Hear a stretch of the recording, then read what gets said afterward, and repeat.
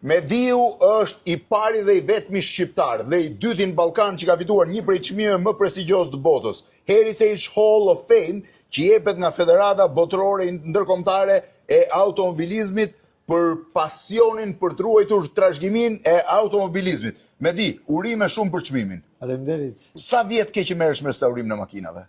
50 vjet. 50 vjet nga je? Akorca. Çdo ditë punon? Po thuaj se çdo ditë. Këtu është në një kapanon, shiheni ku ka të gjitha makinat e vjetra, shiheni këtë zil sovjetik. Medi, sa i vjetër është ky? Ky është i 54-s. I 54, 72 vjeçare si makinë.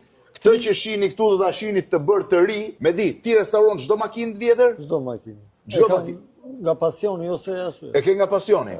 Sa vjet? 50 vjet që punon për ditë. Motocikleta njerë kam bërë të gjitha llojet e motorave që Të gjithë llojet e motorave që janë. Merret me makinat retro, është një aset që mund të rikthej një grumbull hekuri si kjo në një makinë spektakolare.